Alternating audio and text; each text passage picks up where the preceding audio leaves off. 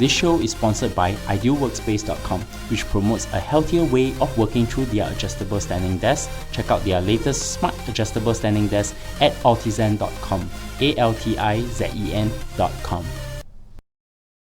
Welcome to Analyse Asia, the podcast dedicated to dissect the pulse of business, technology, and media in Asia. In this episode, to close the year, I speak to Arnaud Bonzom from 500 Startups in a two-part conversation to review the major events that have shifted the landscape of Southeast Asia in 2017.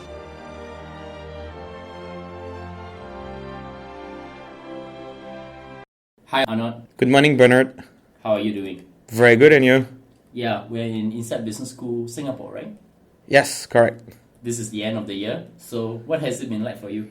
It's been an amazing year. I feel if I benchmark 2017 against 2016, I think I've produced more things in 2016. But what is interesting about 2017 is I've worked on several personal projects also that I will release next year. So I'm quite excited about next year too. Yes, I'm pretty sure you'll be coming on my show to talk about all those projects. So I am talking to Arnaud Bonzom, venture partner at 500 Startups and co-founder of Map of the Money. So if you ever want to know who are the VCs, private equity funds, and even angel investors in the whole region, you probably would have gone through the Map of the Money. And it's a project that started with someone by the name of Florent Komu and originated from the founder of JFDI, Ming Wong, right? Correct. So far we only have one angel investor on the list of your Anius, but we're bringing more of them as well as accelerators and several other like vehicles of investment because we want to provide to entrepreneurs as much as possible different sources of funding, helping them to identify as fast as possible who could be the right match for them because a founder should spend time to build his product and to his customers and not about fundraising. So since our last conversation, what have you been up to? So since our last conversation, I spent a lot of time helping corporates engaging with startups, so helping them to understand what are the best tools they can have, meaning like,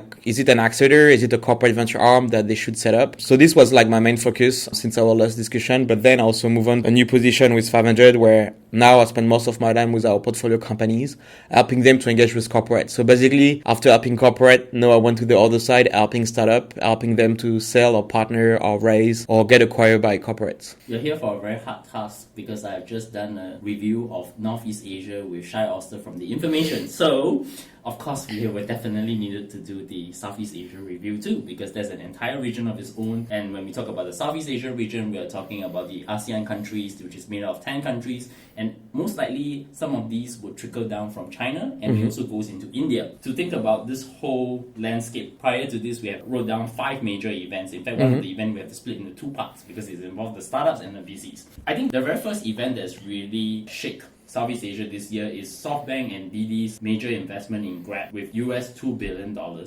And I'm really hearing from various startups that Grab simply sucks up the oxygen in the startup ecosystem when it comes from talent war. So for every dollar they want to pay for someone to join them, Grab will just go in with an offer of 1.5x. So this is from one of the Series B entrepreneurs who I shall not name in this podcast. I think the biggest question that we all have is that Grab aspires to be the Uber of Southeast Asia. And in Indonesia, there's a company that's also up and coming, which is called Gojek. And apparently the founders of Grab and Gojek were both former alumni of the same class in Harvard Business School.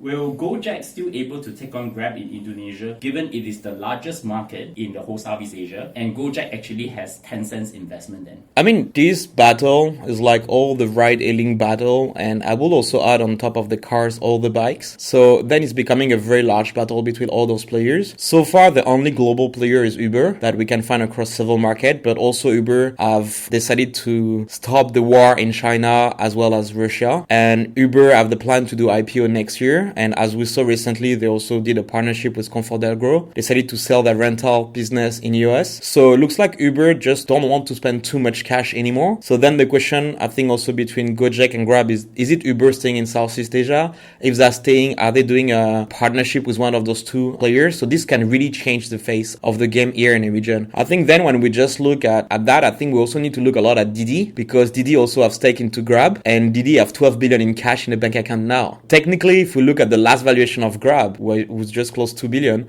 is 6 billion, right? So technically, Didi can just pay it cash. And Didi is looking to expand outside of China now. So depending on what Didi also want to do with some of those players, we don't really know also what will be the face of that industry in the next year. What I also suspect is that recently Didi did a very big investment round, almost in the form of an acquisition of Brazil's largest ride-hailing app. What was the name of that? 99. Yeah. And I think the question is that Didi has actually a very strong relationship with Grab. Both Jin Liu and Anthony Tan shared stage on Recode on stage, right? There is always this educated guess from me that eventually Didi will buy Grab. Well, the thing is, initially, it was this massive alliance between Grab, Ofo, Lyft, and Didi, so to compete against Uber. But then when Uber left China, then Uber got some stake in Didi. So the challenge is like, it's almost everyone having stake into each other. And I feel it's a bit like Dallas in a way. You don't know like what will be the next step, who decide to be on which side of the thing. And then what is also interesting about Didi is initially it was two companies, one backed by Tencent, one backed by Alibaba, and they merged. Right? And then now if you look at South Asia, you got Grab, which is backed by Alibaba and SoftBank, and the other side you got Gojek backed by Tencent. So it could be a fight, but it could be also a merge on the paper if you look at what happened in China. So that part is very difficult to get a sense. Then I think we talk a lot about Alibaba, SoftBank, etc. But basically, I look at all those backer of companies in the ride-hailings like Bag, and it's close to 15 of them who have invested at least in 2 of those companies. And one of the very interesting is Koatsu Management, who also invest in several of them, more than SoftBank. That's right. And we don't talk in the street too much about them. Then when you think about the split in Southeast Asia, I think there's a few things interesting is, it looks like Gojek is looking to expand to Philippines. There's some rumor that they may go to Philippines. But I think also Grab now have almost as much, if not more, cities covered in Indonesia than Gojek. So it's becoming quite interesting. And also Indonesia is slightly less than half of the population of the Southeast Asia. So the question is, if you own Indonesia, are you in a very strong position compared to the person who owned the rest of Southeast Asia? And what would be the best to own? I think it's not really easy because then it depends about cities, it depends about the addressable market and etc. I think it depends also of the deep pocket of your backer who really want to win this battle. So I think it's very difficult because you get a lot of different inputs to consider, and then you get so many of them that it's very difficult to make a guess about who will win the battle, or maybe they will merge, or someone come and buy, or someone will exit and give a lot of market share to one of those two players. Yeah. I was recently on John Artman and Matthew Brennan's China Tech Talk, and I actually talked about the whole BAT, Baidu, Alibaba, Tencent's footprint in Southeast Asia. Actually dates back since 2011, 2012 period. And what is becoming very interesting in terms of what is happening in China is now happening in Southeast Asia, the kind of alliances. And I always told people, if you want to think about what these guys want to do, just follow the money, because they ally with Temasek Holdings and also SoftBank in terms of what kind of investments they're doing within the region. I think you have already alluded to this point earlier.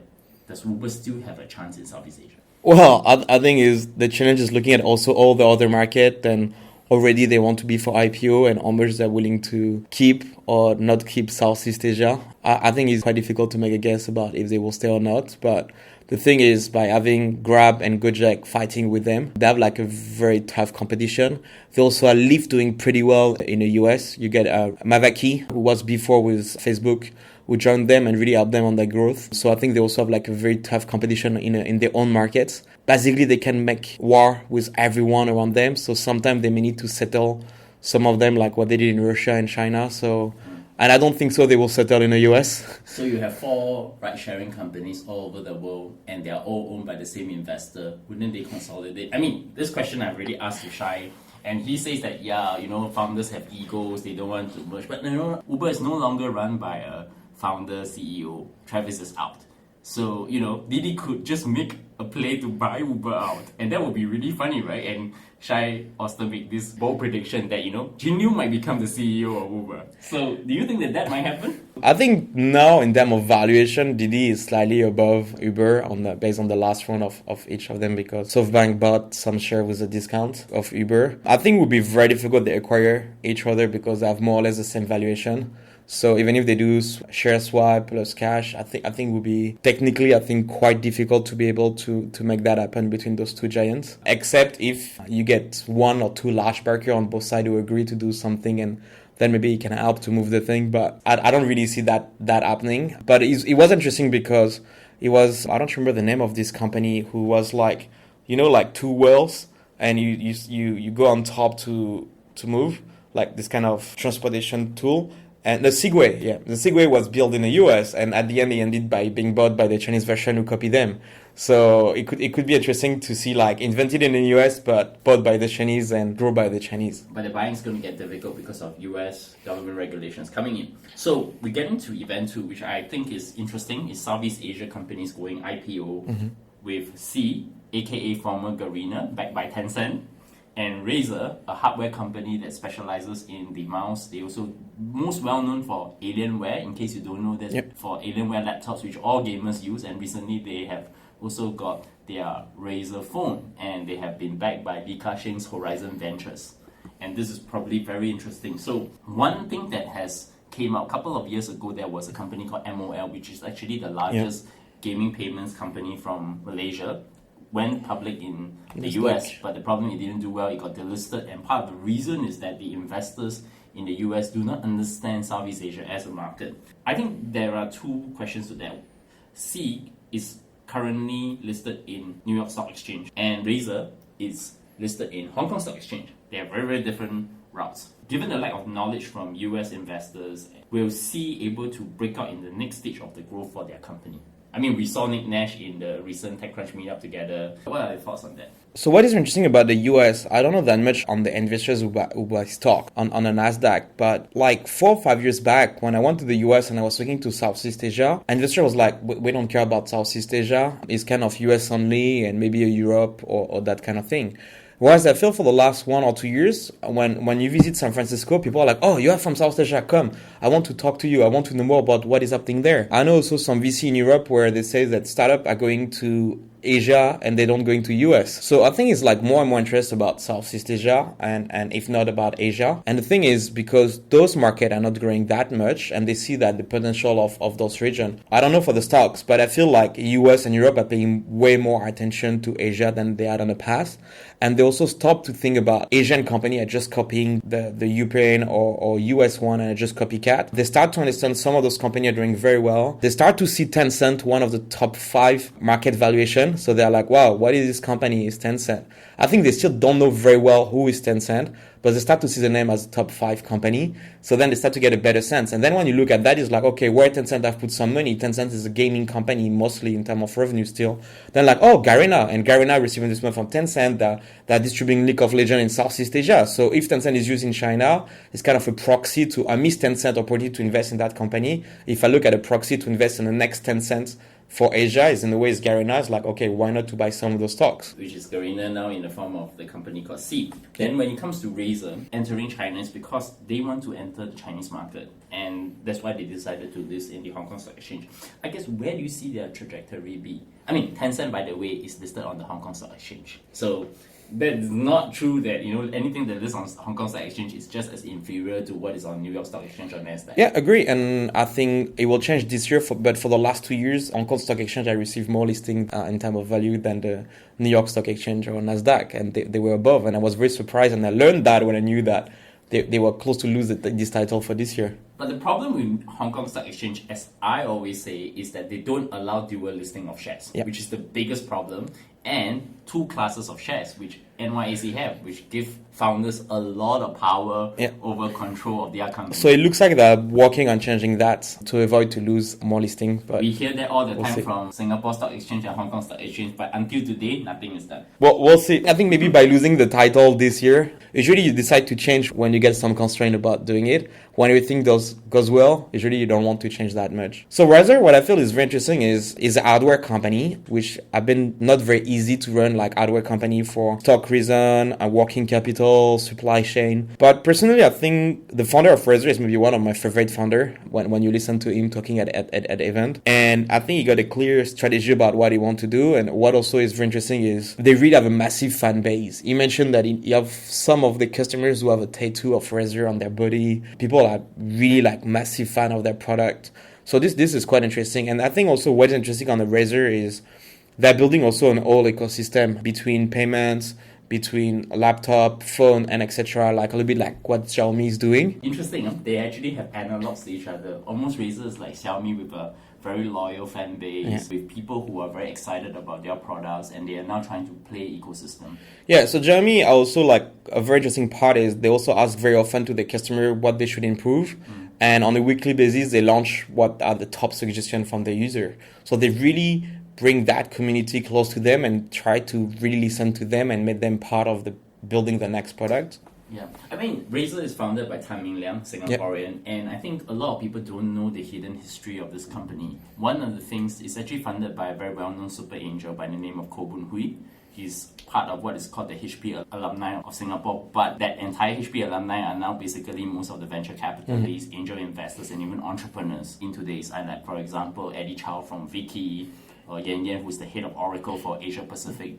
They are really people in the enterprise space who are funding these companies. What I thought was interesting that the advice was given to Ming Liang by Koh Boon Hui was, when you created Razer, incorporate yourself in the US market. And that was the trajectory that was very important for Razer, because Razer has actually been perceived as a US company, not as a Southeast Asian company. So actually, even if they had listed in the US, the people would have known them. Alienware, everybody knows Razer through Alienware. Everybody knows Razer through their mouse. I think this is something that we will see ongoing, and we probably want to look at what Ming Liang has to say about the market. And he's very vocal on Twitter. Yeah, it's very vocal on many ways. For me, Razer always have been a US company and not like a Singaporean company. So it's why when people list Razer as a Southeast Asian unicorn, I will disagree. Yeah. For me, it's a US company. That's right. But also another very interesting fact about the gaming industry is that it's bigger than the Hollywood industry. And a lot of people think like the gaming industry is small, it's not that many people playing, there's only people below 20, there's no women playing there. And when you look at some data from people like running Twitch that have been acquired for almost $1 billion by Amazon, so if Amazon is willing to put $1 billion to buy a gaming streaming platform, there is some reason behind. It's not because the industry is small and those people don't use it that much. I think so far is one of the best way platform like Twitch to engage millennials, and way cheaper on that platform yet because people are not spending too much money on those platforms. I think the gaming industry is very interesting. We also have some great story in Singapore. Nonstop Games got acquired by King.com. There's several employees of King.com then. I mean, Nonstop Games with John King.com. There's some of them now who have started their own gaming company. And some of the names that you mentioned before as Angel also invested in those companies. That's right. So it's like a lot of interesting things coming also on the gaming industry also in Southeast Asia.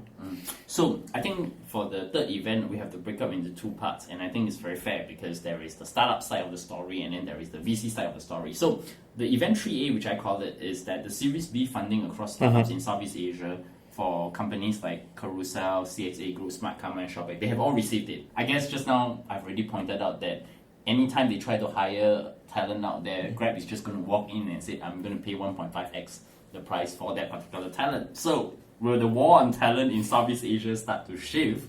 Meaning you're getting more of these corporate guys coming in. I mean, you hear that during the TechCrunch event, right? These guys were basically showing off, I'm hiring, please come and join me. I mean, everyone on their stage was talking about it. What are your perspectives? Well, I think I will don't necessarily like split by Series B. I will say like what is happening basically is, I didn't have finished, but it's something I'm working for my third deck for Singapore ecosystem is, in South Asia, I already get like 15 startups at least who have raised more than 100 million in total. So those 15 have raised a lot of capital and it goes from 100 to almost 3.5 billion for Grab. So the thing is, you get those 15 companies with a lot of access to capital, definitely. An interesting fact when you look at those guys is 93% of them are based in Singapore or Indonesia. So also give you an idea about what happened in the rest of Southeast Asia, as most of the capital so far have been captured by only those two countries with basically two cities, Jakarta and Singapore. Yeah, but I guess Singapore's problem is always that the market is small, right? But the only two things that works for them is the rule of law and IP rights. For the rest of Southeast Asia, these are non-existent. Yeah, I think it's fair. Like Singapore should play the role of being the HQ of those companies for the region, attract the top talents.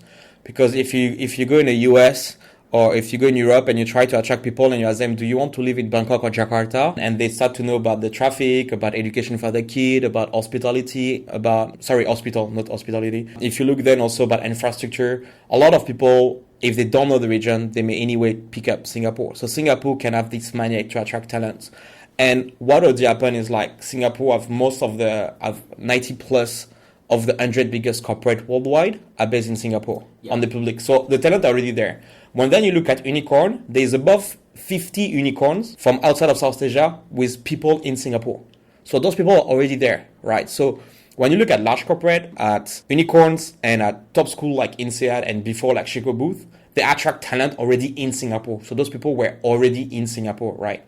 And then you get those companies who have the ability of those large startups to pay and attract those talents. So for example, I think a very good example, since you mentioned Carousel, is someone like Jajet at Carousel. Yep. So basically what happened, he worked at McKinsey, he did INSEAD. After INSEAD, he went to a unicorn. He went to Airbnb. And after helping Airbnb to grow to Southeast Asia, he joined Carousel. But this is the beauty of Singapore. It's like he came from INSEAD, then he decided to take a little bit more risk and go for a unicorn. He went to Airbnb, and then he wanted to take way more risk and go for an earlier stage company, and he went to Carousel. So I think this is the advantage of Singapore. It's like if you're already set up there for those companies, you may stay there compared to. And as soon as those companies also raise Series B, they will be across several countries in the region.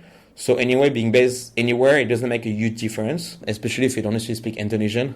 You would just oversee the region. And the war of talent is just everywhere. If you go to, I was like last week in Nepal, people always complain about talent, but I never found an ecosystem where someone tell you, hey, I have too much great engineer knocking on my door. Do you have job for them? I don't know anyone saying there's too much people. You know, I actually agree with you with this. This is one of those counterintuitive things that I tell people, just shut up about this whole talent problem. If you really don't have it, go and create it. I mean, some people don't understand. Today, Singapore had one of the highest GDPs in the world, and literally it was a fishing village 30, 40 years ago, 50 years ago, to be exact.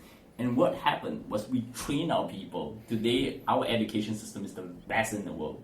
Like the US, France, they're all using Singapore math as a teaching system for their kids. So don't stop having this whiny behavior about, oh, there's not enough talent. There is enough talent. It's just whether you want to willing to invest in talent. And I think that... And you get also some great initiative. Like, for example, you got General Assembly, who's also doing some training. Of course, it's not like a 3 years or 5 years degree, but also Singaporean can get also some kind of grant to be able to go to those training and learn new skills. I think I saw someone at Gojek who, after doing a data science class at General Assemblies and joined Gojek, for example. So there's different ways that you can bring those kind of talent in a region and you can train them. To go back about company who have raised those Series B round, if you just look also only in 2017, company who have raised round above 25 million is close to 20 of them. And this is is between A, B, C, because you get companies who have raised Series A at 50 million, like Singapore Life, for example. So basically, when you look, you already get those 15 companies who have raised more than 100 million. And then you get 20 with a massive overlap between the two who have raised 25 million and above only this year. So it starts to be a lot of money around. But I think it's good also because this means you have also the budget and start to have the brand for some of those startups to attract top talent from all over the world. And it's not that easy because I suspect one of the reasons why Amazon took so much time to launch Amazon, the e-commerce part here in Singapore, is maybe because they got trouble to attract the top talents in a region to be able to manage that kind of expectation they may have in terms of time of delivery and logistic, etc. for Singapore. And which is basically the easiest market in Southeast Asia, I suspect, in terms of logistic. I'm in the midst of transitioning to my next role, so I can talk a lot about the logistics and e-commerce space and why Amazon's having that much problems, but that's not for another day. I just want to ask the next question. How are these companies going to prove their valuations for their next stage of funding in Series C? I think the challenge that they may encounter at Series C or even if B, depending on where they've been before, is that in Southeast Asia for now, you get a pretty good, across most of the countries, but not all of them, you get a pretty good seed stage in terms of number of investors and quality. I will say the same for Series A. But as soon as you go to Series B, if you ask most of the people, they will maybe be able to mention only one name, which is B Capital. I mean, pretty good branding since it's B Capital, right? But you wouldn't get that many other names mentioned. So the challenge is like from who you will raise first. And it's not that many investors who will do Series B onward in Southeast Asia. So then you may need to go to, hopefully, if you get lucky, maybe you already get Sequoia as an investors and then meaning they're willing to take the all new rounds or a large part of it with your current investors. So you do just an internal round. Or maybe you need to look at corporate like Alibaba, Tencent, JD.com on the Chinese side, or maybe getting someone like SoftBank on the Japanese side, or some corporates from the US. Some US corporate also LPs in some of the fund here in Southeast Asia. You also got Naspers who are doing several investment in Southeast Asia. People don't talk so much about them. I think people talk a lot about Baidu, who so far didn't have done that much in Southeast Asia. That's right. Where Naspers have done, I suspect, more and nobody talk about them. And they're coming from South Africa. Let's just add something. Naspers have been one of the biggest investors in Southeast Asia, and also they owned a very significant chunk of Tencent. Yes. And there's no one. Exactly. Basically, their stake in Tencent basically, I think, forms at least a quarter or 1/5 of their balance sheet, if I'm not wrong. I think the value is more than that. Yes, that's right. So basically, it's a bit the story. Like at one point, like the value of Yahoo was slightly below that their stake in Tencent.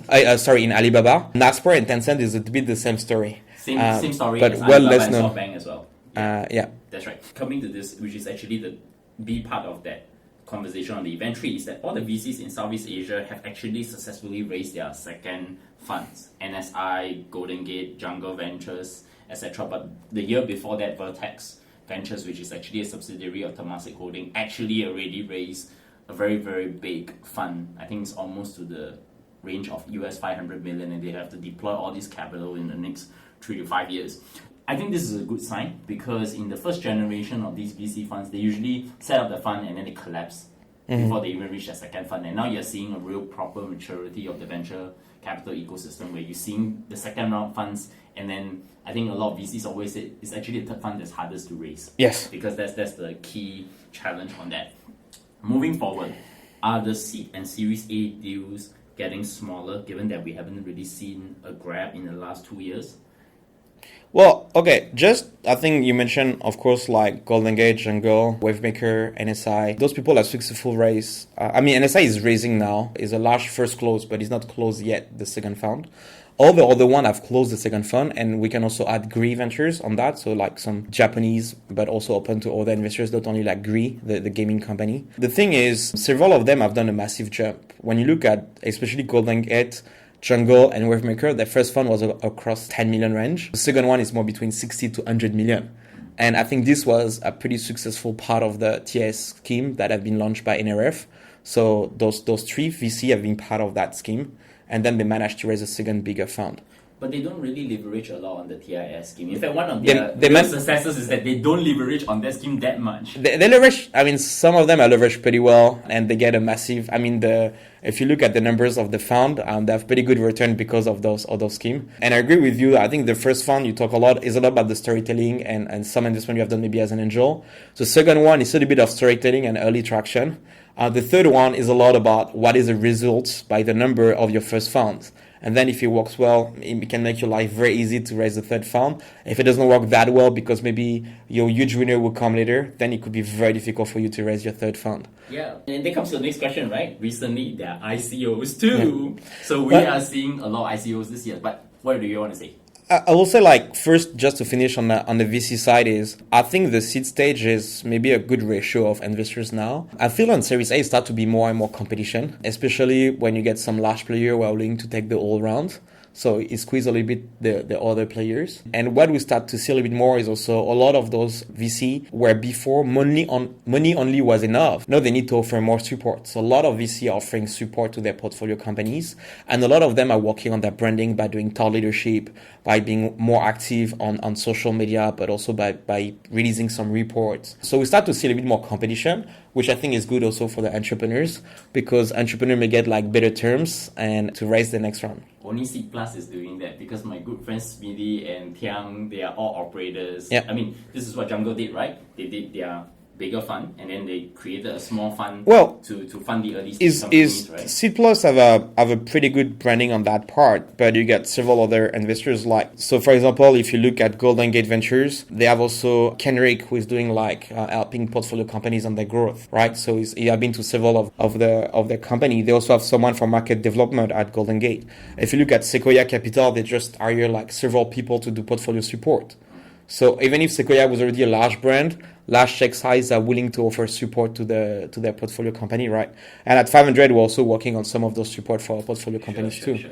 So I think it just shows more competition between the investors, and I think the person who benefit that is the entrepreneur. So I think it's a great thing for the ecosystem in Southeast Asia. Okay, we still haven't settled the ICO problem. So the ICO successes is now a new form of fundraising with Southeast Asia. Yes. Okay, it's not just happening in China, it's not just happening in the US, but it's happening actually a lot more in Southeast Asia. I think the most significant ones are there are two companies I saw recently, and one of them is both of them are payments. Omise, they did 25 mil US. I think they are invested by Golden Gate Ventures too. I have to make sure that that's added too. And 500 startups 500 too. startups too. And then there's another company that's actually incubated by PayPal called 10x. 10x, correct. They have raised somewhere close to 100 million. Yes. Very interesting question then. How are you guys going to cope with these ICOs? Well, Given that, I mean, the VCs are not really giving a lot of money in the seed stage and Series A. I've been seeing this slump going on in the last 2 years. I've seen not much seed stage or Series A companies actually coming up. And I think part of it is because everybody shifted up. Well, I think basically what is happening is just a fragmentation on the way you can sustain your startups in terms of funding. So first, I would like to say that the best way as an entrepreneur is get the money from your customer. I think this is, if you can do that, just do it, right? Then depending on your business model and on your industry, if you need like more like working capital and you need to raise some money, then it's a wide range of things, right? So before we talk about FFF, family, friends, and fools, and so basically it's like the angel stage, right? And then you can go to the VC and at different stages, right?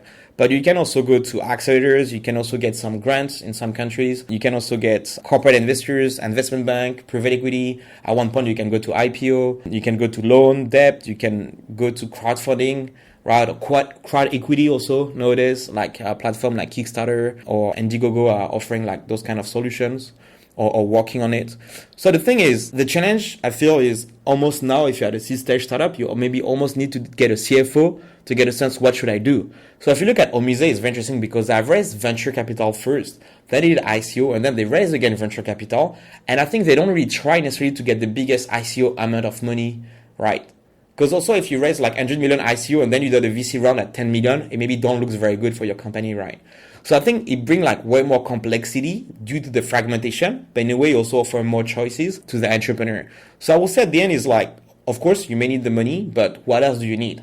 If you just need the money, maybe you go for crowd equity, you go for ICO, you go for that part because you get the money, right? But if you need advice, if you need someone who can help you for the challenge for recruitment top talent, if you need someone who can help you to sell to corporates by opening doors, if you need someone who can help you to talk to government, because as a small startup, maybe government don't give you the meeting, but if the VC asks, maybe you get the meeting, right? So it's really depending on what else do you need. And depending on that, then you navigate and you look at what are the pros and cons of all those sources of money. Usually they don't come just the money, or ICO is almost just the money in a way. But if you need advice and other things, people don't help you on that part. So I think in a way, it's like if you are, let's say, a dumb VC who just offer money, then ICO may kill you. But if you're a great VC, bringing a brand for the entrepreneur, helping them and offering them support, I think then the top VC will survive. So I think ICO may remove the less good VC from the map. The best part of having Arnaud on is actually to actually get a lot of data and numbers. And I think I wouldn't be doing him a lot of justice if I actually put all this into one episode. So what I'm going to do is that we still have 2 more events and some predictions. We're going to poll it to the next episode, and we're going to come back and we're going to have that conversation again. Sure, it was a pleasure, Bernard.